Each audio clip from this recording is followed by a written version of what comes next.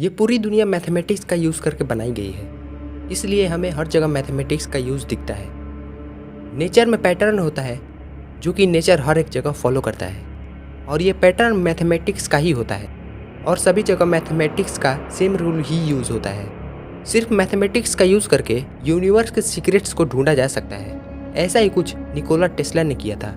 Unfortunately number 3, 6 और 9 के पीछे के सीक्रेट्स को बताने से पहले ही उनकी मृत्यु हो गई। लेकिन 20 साल के रिसर्च के बाद हमारे जो हाथ लगा है वो वाकई में हैरान कर देने वाला है।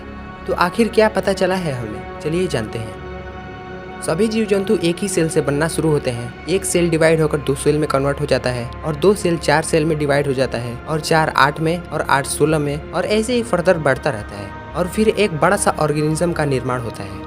अगर इस प्रोसेस को मैथमेटिकली लिखें तो हमें ये सीक्वेंस देखने को मिलता है, और इस सीक्वेंस को आप डबलिंग सीक्वेंस भी कह सकते हैं। तो आप इन सीक्वेंस में देख सकते हैं कि कोई 1 डिजिट का है, तो कोई 2 डिजिट का, तो कोई 3 डिजिट का। तो सबसे पहले इनको हम 1 डिजिट में कन्वर्ट कर लेते हैं ताकि हमें मेन नंबर मिल सके। इसके लिए हमें एक मेथड का यूज़ करना होगा जिसका नाम है डिजिटल रूट। इसमें हम नंबर के डिजिट को जोड़ देते हैं। सभी नंबर्स को डिजिटल रूट में कन्वर्ट कर देने के बाद हमें जो मिल रहा है वो सिर्फ 1, 2, 4, 5, 7 और 8 है। चाहे आप इसे इन्फिनिटी तक कर लीजिए।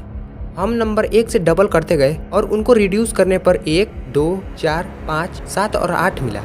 बिल्कुल ऐसे ही अगर हम नंबर 1 से आधा करें, जैसे कि 1 का आधा 0.5, फिर उसका आधा 0.25 एंड सो ऑन मिलता है। और इन सभी का डिजिटल रूट निकालने पर भी हमें 1, 2, 4, 5, 7 और 8 ही मिलता है। और इन नंबर के ग्रुप में 3, 6 और 9 एब्सेंट रहता है।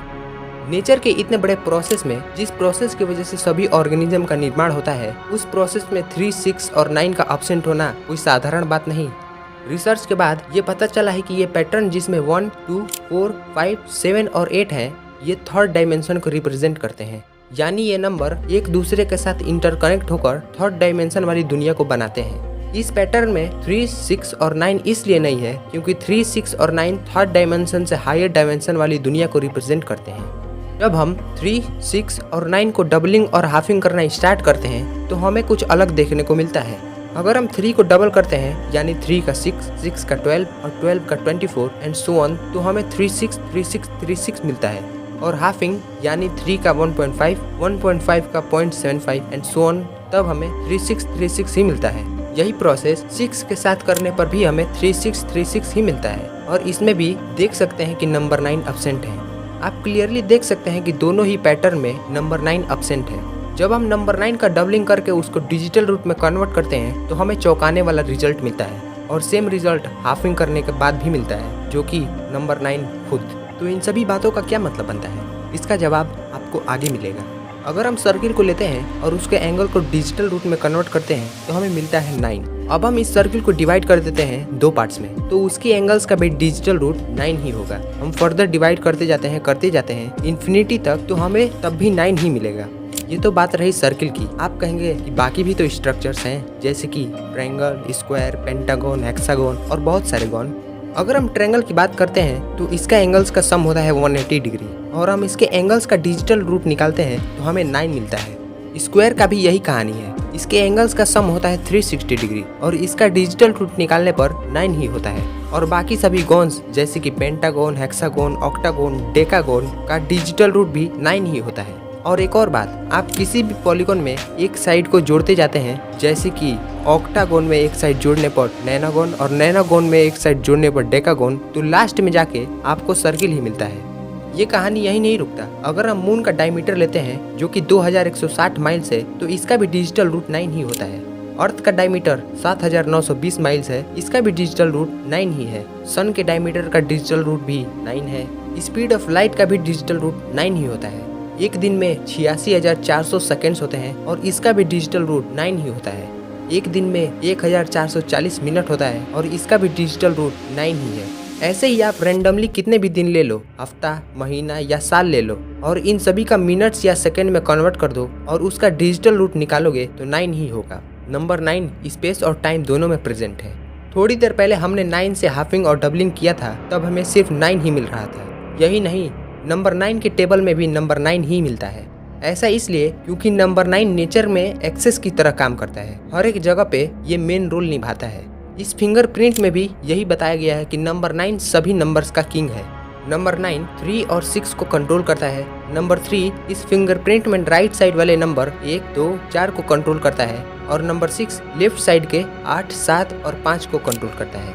यानी सभी नंबर्स 9 की निगरानी में ही यूनिवर्स को बनाते हैं। नंबर 9 पूरे यूनिवर्स में मौजूद एनर्जी, वाइब्रेशन, मोशन और फ्रीक्वेंसी का सोर्स है। सभी चीजें इसी की वजह से एग्जिस्ट करती हैं। निकोला टेस्ला ये कहा करते थे कि यूनिवर्स में एक कोर है जिसमें से हम सभी स्ट्रेंथ, नॉलेज और इंस्पिरेशन लेते हैं। शायद वो नंबर 9 की ही बात कर रहे थे। यूनिवर्स की ज्यादातर शक्तियाँ 2 पेयर्स में काम करती दिखाई देती हैं। जैसे कि अर्थ का मैग्नेटिक फोर्स, इसमें सिर्फ नॉर्थ और साउथ पोल ही होता है। सालों से हम 2 शक्तियों के बारे में जानते हैं, एक अच्छी और एक बुरी। असल में ये सब बस एक छलावा है। 2 पेयर्स में कोई शक्ति काम ही नहीं करती, सब कुछ 3 के पेयर में होता है। मैग्नेट में 2 पोल्स तो होते हैं, नॉर्थ और साउथ पोल, लेकिन मैग्नेट सिर्फ 2 पोल्स की वजह से काम नहीं करता, बल्कि इसमें तीसरे चीज का भी रोल होता है। इसके पोल्स 3 और 6 को रिप्रेजेंट करते हैं और मैग्नेट का एक्सिस नंबर 9 को रिप्रेजेंट करता है। नंबर 9 ही 3 और 6 को पावर देता है, यानी कि मैग्नेट का एक्सिस ही पोल को पावर देता है, तभी पोल्स काम करते हैं। ये सिंबल जो अच्छाई और बुराई को रिप्रेजेंट करता है, इसमें भी सिर्फ 2 कंपोनेंट्स नहीं होता बल्कि 3 होता है। इन दोनों पार्ट्स को 3 और 6 से रिप्रेजेंट किया जाता है और इस कर्व को 9 से रिप्रेजेंट किया जाता है। असल में नंबर 3 के बेसिस पे ही यूनिवर्स का निर्माण हुआ है, इसलिए ही तो ज्यादातर चीजें 3 पेयर में ही होता है। जैसे कि एटम के 3 कंपोनेंट्स होते हैं, इलेक्ट्रॉन, प्रोटॉन और न्यूट्रॉन, और इन्हीं की वजह से पूरे मटेरियल वर्ल्ड का निर्माण होता है। चार्जेस भी 3 तरीके के ही होते हैं, पॉजिटिव, नेगेटिव और न्यूट्रल। टाइम भी 3 रूप में ही एग्जिस्ट करता है, पास्ट, प्रेजेंट और फ्यूचर। निकोला टेस्ला ने यही कहा था कि एनर्जी, वाइब्रेशन और फ्रीक्वेंसी से यूनिवर्स को आसानी से समझा जा सकता है। नंबर 3 और 6 हमेशा पेयर में काम करते हैं और इस पूरे यूनिवर्स को बनाते हैं, लेकिन ये सब कुछ नंबर 9 के कंट्रोल में ही होता है। नंबर 9 की वजह से नंबर 3 और 6 यूनिवर्स को क्रिएट कर पाते हैं, यानी कि ओवरऑल नंबर 9 ही सब कुछ है। ये सब प्रतीत तो होता है, लेकिन ये साथ में कुछ भी नहीं है। मतलब नंबर 9 सभी जगह मौजूद तो है, लेकिन साथ ही ये कहीं पर भी मौजूद नहीं है, ये एग्जिस्ट ही नहीं करता। यानी नंबर 9 0 के समान है। इसका प्रूफ ये रहा।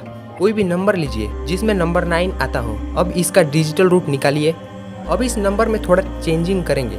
मान लीजिए नंबर 9 0 के समान है, अब हम नंबर 9 की जगह 0 लिख देते हैं। इसका डिजिटल रूप निकालते हैं तो देखा आपने, दोनों का सेम ही डिजिटल रूप निकलता है। ऐसा सभी नंबर्स के साथ होता है जिसमें नंबर 9 और 0 होता है। या तो आप 0 की जगह 9 रखो या 9 की जगह पे 0, आपका हमेशा सेम ही डिजिटल रूप मिलेगा। इन सभी बातों से वेरीफाई होता है कि नंबर 9 0 के इक्वल है।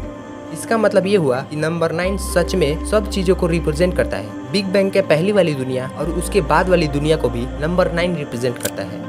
हमारे नंबर सिस्टम में 10 नंबर होते हैं और नंबर 9 लास्ट में आता है और इसके बाद कोई नंबर होता ही नहीं है। 10 कोई नंबर नहीं, ये तो सिर्फ एक कॉन्सेप्ट है जिसे हम अपनी बातों को रखने के लिए यूज करते हैं। असल में नंबर 9 से ही सब कुछ शुरू होता है और नंबर 9 पे ही आकर खत्म हो जाता है, और बीच वाला पार्ट भी नंबर 9 का ही हिस्सा है।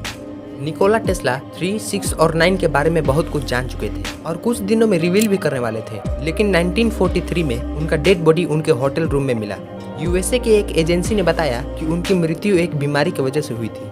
उनके मरने के बाद यूएसए गवर्नमेंट के ऑफिस द एलियन प्रॉपर्टी ने उनकी सभी डॉक्यूमेंट्स को अपने कब्जे में ले लिया और फिर फ्रीडम ऑफ इंफॉर्मेशन एक्ट के तहत सिर्फ उन्हीं डॉक्यूमेंट को रिलीज किया गया जिसको रिलीज किया जा सकता था। अभी तक टेस्ला की ज्यादातर डॉक्यूमेंट मिसिंग है जिनमें 369 का जिक्र था, यानी कि यूएसए के गवर्नमेंट ने उस डॉक्यूमेंट को अपने पास रख लिया। आखिर क्या था उस डॉक्यूमेंट में जिसे पब्लिक नहीं किया गया? क्या हो जाता अगर हम 369 के बारे में जान जाते? तो ऐसा हम कह सकते हैं कि पूरी यूनिवर्स का सीक्रेट 369 में ही छुपा हुआ है, क्योंकि ये यूनिवर्स को क्रिएट और कंट्रोल करता है। जिस दिन हम इस सीक्रेट को जान जाएंगे उस दिन से हमारी दुनिया पहले जैसी नहीं रहेगी। शायद हमारे पास भी गजब की शक्तियाँ होंगी और अनलिमिटेड एनर्जी होगी, और टाइम से भी 369 का कुछ लेना देना है। तो जब हम 369 के बारे में गहराई से जान जाएंगे तो ऐसा हो सकता है कि हम टाइम ट्रेवल भी कर सकें। और यूएसए गवर्नमेंट ने इसलिए उस डॉक्यूमेंट को पब्लिक नहीं किया होगा क्योंकि उसका जितना पॉजिटिव यूज होता शायद उससे ज़्यादा उसका नेगेटिव यूज हो सकता था।